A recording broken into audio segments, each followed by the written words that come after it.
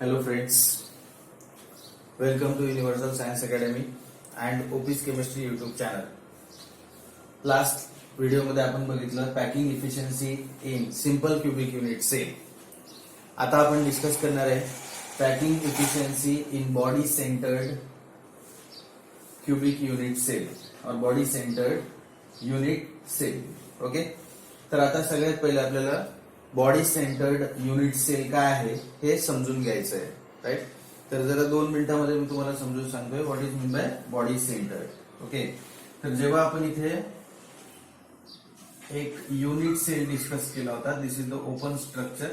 The open structure is the best one to understand the arrangement of constituent particle here. Okay, तर हे सगळे corner वरती जे काही आयटम्स आहेत 8 कॉर्नर्स. ओके, आपण इथे तुम्ही दाखवू शकता. दिस इज अगेन 1 आणि हे 8 कॉर्नर आयटम्स तर इथे प्रेझेंट आहेच, पण या सेंटरला म्हणजे क्यूबच्या सेंटरला, म्हणून त्याला बॉडी सेंटर म्हटलं. क्यूबची जी काही बॉडी आहे त्या बॉडीच्या सेंटरला जो काही कन्स्टिट्यूएंट पार्टिकल प्रेझेंट असेल, ओके, त्याला आपण काय म्हणत असतो, body centred cubic unit cell. Okay, and remember this constituent particle which is present at the body center is not shared by any unit cell. तो कुठलाच युनिट सेल शेअर करणार नाही. आणि इथे जे असतात कॉर्नरवरचे ते कॉर्नर तुम्हाला माहिती आहे 8 युनिट सेल शेअर करतात, म्हणजे ऍक्च्युअल पोर्शन किती असतो 1/8. ऍक्च्युअल पोर्शन किती असतो 1/8. कॉर्नरवर जेवढे आहेत तेवढ्यांचा ऍक्च्युअल पोर्शन किती असतो 1/8. ओके, हे आपण ऑलरेडी लर्न केलेलं आहे.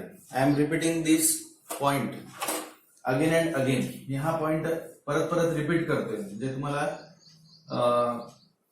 लक्षात आलं असेल. नंतर हा जो बॉडी सेंटरचा हा कोणीच शेअर करत नाही. ओके, ते 2 पॉइंट मात्र इथे लक्षात ठेवा. ओके, आणि आता या ठिकाणी या डायग्राम सोबत कोरिलेट करायचं आहे. बघा, आधी सिंपल क्युबिक युनिट सेल मध्ये काय होतं, हे 2 कन्स्टिट्यूएंट पार्टिकल जेव्हा बॉडी सेंटर्ड नसतो हे 2 कन्स्टिट्यूएंट पार्टिकल्स एकमेकाला टच करतात. Okay, in simple cubic unit cell these constituent particles are touching each other. Okay, त्याच्यामुळे इथे आपण एक सिंपल रिलेशन इस्टॅब्लिश केलं होतं.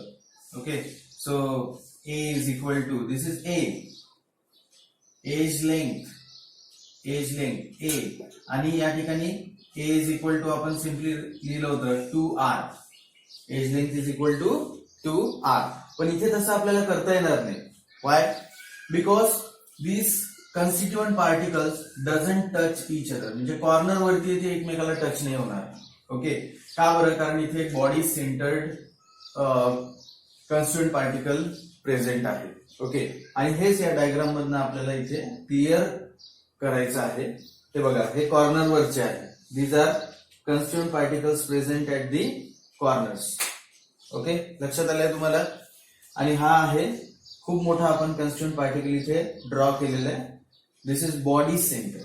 दिस is what? Body centred constituent particle. खूप मोठा सर्कल इथे आपण ड्रॉ केलेला आहे. सर्कल खूप असा परफेक्ट नाही आलाय, पण तुम्हाला समजून घ्यायचंय. Now this body centred constituent particle touching constituent particles which are present at the corner. Corner वरती जेवढे कन्स्टिट्यूएंट पार्टिकल आहेत त्या सगळ्यांना टच करतो कोण?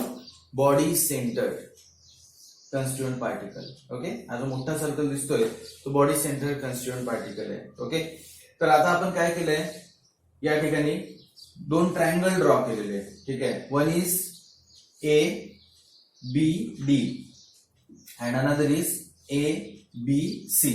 Okay, so first we have to understand here this is body diagonal. Okay, body diagonal. What is mean by body diagonal? म्हणजे या body centred constituent particle मधनं, आणि हे जे कन्स्टिट्यूएंट पार्टिकल आहे कोणते घ्या, you can take any constituent particle. So if you pass this line, so that should be pass through the body centred constituent particle, आणि त्याचं पण सेंटर घ्यायचं आहे आपल्याला. ओके, तर अशा प्रकारे आपण ही लाईन ड्रॉ केली. This is called as body diagonal. AD is what? Body diagonal. आणि त्याची लेंथ आपण काय घेतलेली आहे? C. What we have taken here, the length is C. Okay. त्यानंतर इथे बघा AB. AB is what? हा पूर्ण एक फेस आहे असं कन्सिडर करा. दिस इज फेस. ओके, हा युनिट सेलचा एक फेस आहे. आणि याच्यामधनं सुद्धा एक लाईन अशी पास केलेली आहे आपण. So this is A B is face diagonal. A B काय आहे? फेस डायगोनल आहे. ओके, कळलं तुम्हाला? तर या ठिकाणी चॅलेंज काय? To find out the relation between the edge length a, to find out the relation between edge length a and radius of a constituent particle r. Radius of a constituent particle r हे find out करावं लागेल आपल्याला सुरू आधी, तेव्हाच आपल्याला याचा volume वगैरे कॅल्क्युलेट करता येणार. Okay, so at this point of time we don't know the value of a. याची व्हॅल्यू आपल्याला माहित नाही इन टर्म्स ऑफ आर. आरच्या टर्म्स मध्ये ए ची व्हॅल्यू काय आहे हे आपल्याला माहिती नाहीये. ठीक आहे, तर सगळ्यात पहिले आपण इथे बघूया या body centred cubic unit cell मध्ये total number of constituent particle किती असणार. How many constituent particles are present here? Okay, so first I will write here total number of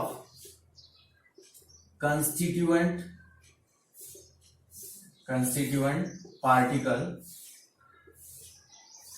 particles or spheres in BCC, body centered cubic unit cell, BCC unit cell, right? Equal to काय येणार? सगळ्यात पहिले आपल्याला लक्षात घ्यायचंय corner वरती किती atoms असणार? 8. So here is 8 corner atoms. This is 8 corner atoms और 8 corner constituent particle, right? Into 1/8 atom per unit cell, 1/8 atom per unit cell.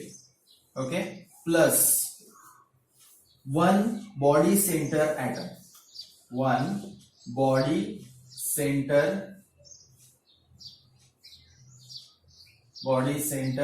atom. Okay, लक्षात आलंय? 8 corner atoms into 1/8 atom per unit cell. Corner वरचे share केलेले असतात, हे already आपण discuss केलेले. Plus 1 body centre atom. आता हा जो असतो बॉडी सेंटरला मी सुरुवातीला सांगितलेलं आहे तुम्हाला की हा कुणीही शेअर करणार नाही. ओके, तर आता इथे बघा टोटल किती होतात? 8 into 1/8 म्हणजे 1 होणार, plus 1 body centre atom is 1 equal to काय होणार? 2. म्हणजे total number of constituent particles और spheres in BCC unit cells are 2.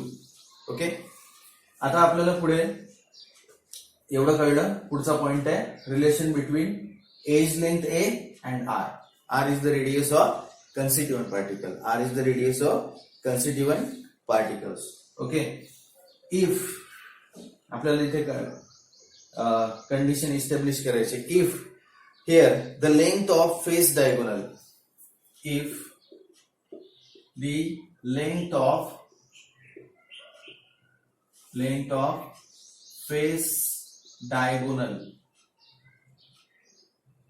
AB is C, small c. No, sorry. Length of face diagonal is small b, and body diagonal, length of body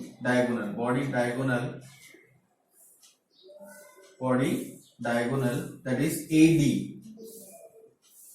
is small c. Okay, लक्षात आलंय तुम्हाला?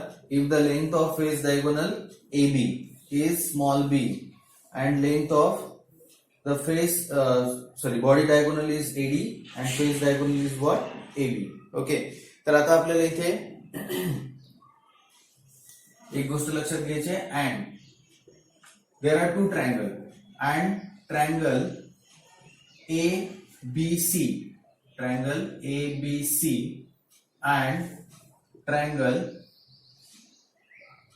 ABD are right angle triangle. Okay, हे काय आहे? Right angle triangles आहे. these are right angle triangles. Okay, तर आता आपल्याला इथे रिलेशन इस्टॅब्लिश करावं लागेल. ठीक आहे, तर सगळ्यात पहिले आपण घेऊया from triangle Okay, from triangle ABC काय असणार फ्रॉम ट्रायंगल ABC सांगा. This is we have to apply here Pythagoras theorem. Okay, according to Pythagoras theorem, this is what hypotenuse. Okay, हा hypotenuse आहे ट्रायंगल ABC मध्ये. म्हणजे काय येणार length of AB square, length of AB square is equal to length of AC square plus length of BC square. Length of AC square plus length of BC square. Okay, length of BC square. Okay, आता याची value put करा. AB ची value काय आहे small b. What is the value of AB small b. So here is what b square. इकडे काय येणार सांगा AC. AC is the edge length. BC is the edge length and we have taken edge length is small a. म्हणजे इथे काय येणार a square plus a square. म्हणजे काय येणार इथे 2a square. काय येणार 2a square. लक्षात आले का b square is equal to a square plus a square 2a square. आपण हा ट्रायंगल बघतोय triangle ABC. Okay, so this is hypotenuse b square. त्यानंतर इकडे a square a square. Okay, 2a square. आता परत आपण हा ट्रायंगल घेऊया फ्रॉम ट्रायंगल ABD. ठीक आहे, फ्रॉम ट्रायंगल ABD सांगा इथे हायपोटेन्युस कोण आहे this AD square. Okay, so here length of AD square is equal to length of AB square plus length of BD square. Length of AB square plus length of BD square. AB square plus length of BD square. Okay, तर आता इथे बघा length of AD. What is length of AD? C. So here we have to write here C square. Okay, त्यानंतर इथे काय लिहायचं आपल्याला AB. What is AB? AB is B. Length of AB is B. So this is B square plus length of BD. So BD is edge length. BD काय आहे age length आहे. म्हणजे इथे आपल्याला काय लिहायचं आहे A स्क्वेअर. काय लिहायचं आपल्याला इथे A square. Okay, now here what is mean by b square? What is the value of b square? b square ची value आपण already learn केलेली आहे. That is b square is equal to 2a square. Okay, b square is equal to 2a square. So here we can write therefore c square is equal to 2a square plus a square. म्हणजे काय येणार इथे c square is equal to 3a square. c square is equal to 3a square. Okay, therefore काय असणार आहे सांगा c square घेतला आपण इथे म्हणजे काय येणार c is equal to square root of 3a square. इकडे पण स्क्वेअर रूट घ्यायचं आहे, इकडे पण स्क्वेअर रूट घ्यायचं आहे. म्हणजे काय येणार c is equal to root 3a. c is equal to root 3a. ठीक आहे, so this is very important formula कारण याच्यावरून आपल्याला रेडियसचं रिलेशन मिळेल. ठीक आहे, now from diagram C is body diagonal. ठीक आहे, C काय आहे बॉडी डायगोनल आहे. म्हणजे आता आपल्याला इथे लक्षात घ्यायचं आहे की हा जो बॉडी डायगोनल आहे तो कसा पास होतो. बघा या कन्स्टिट्युएंट पार्टिकलच्या सेंटर मधनं इथे पास झालाय. म्हणजे इथे या ठिकाणी आपल्याला we have to find out the radius. हे बघा या कन्स्टिट्युएंट पार्टिकलची रेडियस काय स्मॉल आर. बॉडी डायगोनल म्हणजे हा जो बॉडी सेंटर कन्स्टिट्युएंट पार्टिकल आहे याच्या पूर्ण सेंटर मधनं म्हणजे हा डायमीटर कन्सिडर करा. म्हणजे इथून तर इथपर्यंत हा डायमीटर आहे. म्हणजे डायमीटर काय असतं R प्लस R. ओके, आणि ही एक रेडियस आहे या कन्स्टिट्युएंट पार्टिकलची. So this is what R. From diagram AD means C is equal to how many R? 4R. Okay, so we can write here since C is equal to 4R. C is equal to what? 4R. Therefore put the value of C. ठीक आहे, C ची value काय असणार आहे इथे सांगा. So C ची value आहे 4. इकडे आहे √3a. Therefore what is mean by a. A काय असणार आहे इकडे. A is equal to 4/√3r. ठीक आहे, 4/√3r. ओके, किंवा तुम्ही त्याला उलट पण कोरिलेट करू शकता. Okay, so r is equal to √3/4. r is equal to √3/4a. ठीक आहे, हे दोन्ही रिलेशन आपल्याला या ठिकाणी लक्षात घ्यायचे. ओके, तर आपल्याला आता व्हॅल्यू मिळाली. कशाची व्हॅल्यू मिळाली. ए ची व्हॅल्यू मिळाली. आपल्याला या ठिकाणी ए वरती फोकस करायचं आहे थोडं, कारण आपल्याला in terms of R derivation जे डिराईव्ह करायचं आहे ते in terms of R derive करायचं आहे. ओके, तर एवढं कळलं तुम्हाला. Did you understand this one.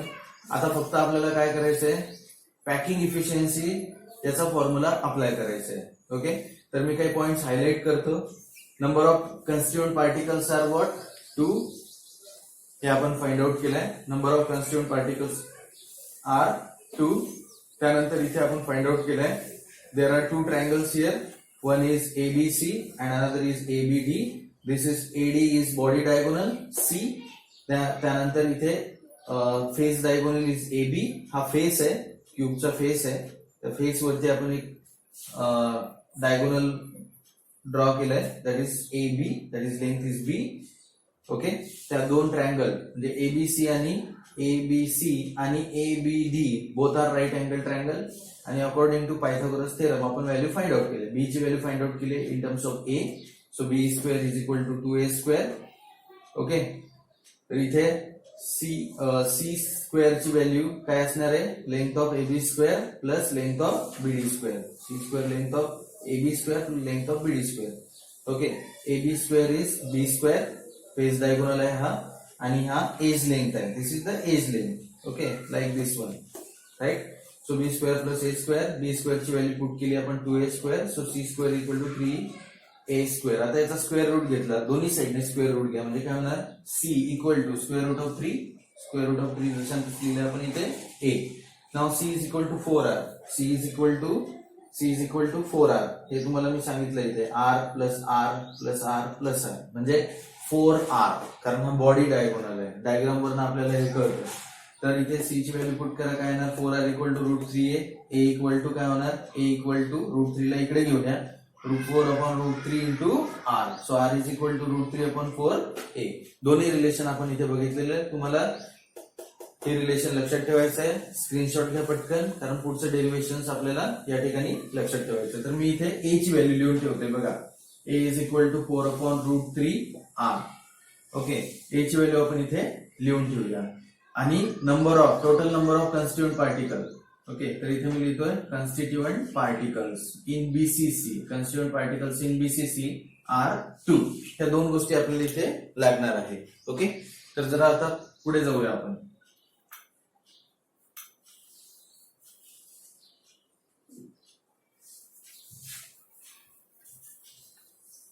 Okay, now we have to discuss here packing efficiency. Packing efficiency आपल्याला इथे डिस्कस करायची आहे. तर सांगा पॅकिंग इफिशियन्सीचा फॉर्म्युला काय. Packing efficiency is equal to volume occupied bye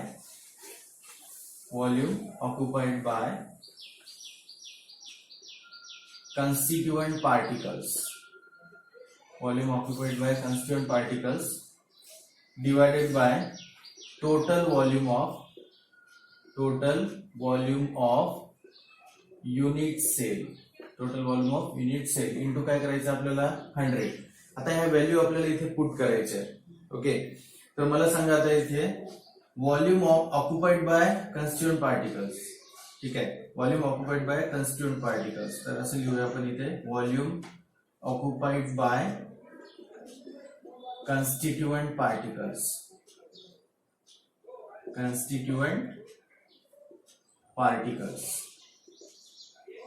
okay, equal to काय येणार number of constituent particle, number of constituent particles into volume occupied by one constituent particle, volume occupied by one constituent particles. Okay, आता इथे बघा प्रत्येक गोष्टीचा मी formula लिहितो म्हणजे तुम्हाला कळलं पाहिजे.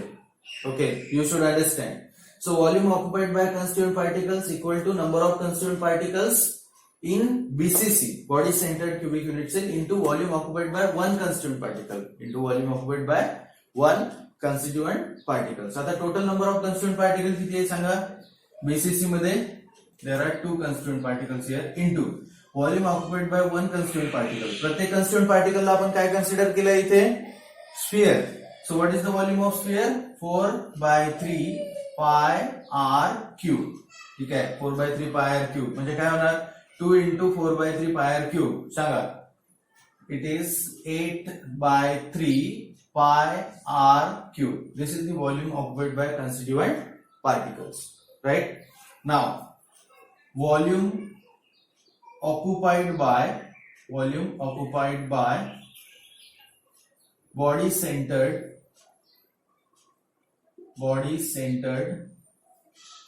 cubic unit cell, body centred cubic unit cell is equal to काय असतं? क्युबिक युनिट सेल आहे म्हणजे काय? एज लेंथ घ्यावं लागणार आपल्याला. एज लेंथ काय आहे? ए. त्याचा काय घ्यायचं आपल्याला? Cube. But here what is the value of a? A ची व्हॅल्यू काय आहे इथे? A is equal to 4/√3 r. So put the value. A is equal to 4/√3 r. याचा आपल्याला काय घ्यावं लागेल? Whole cube. ठीक आहे, सांगा काय होणार? So what is the cube of 4 here? 4 चा क्यूब काय असणार? 4 4s are 16. 16 4s are 64. Okay. And √3 cube is 3√3. And here is r cube. ठीक आहे, 64/3√3 r cube. ठीक आहे, काही जणांना कळलं नसेल √3 चा क्यूब कसा आला बघा. √3 चा क्यूब कसा येतो? याला 3 टाइम्स मल्टिप्लाय करायचं बघा. √3 into √3 into √3. Right. So √3 into √3 काय असणार आहे? 3.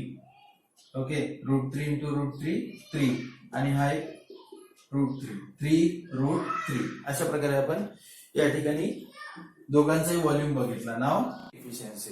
ठीक आहे. So here packing efficiency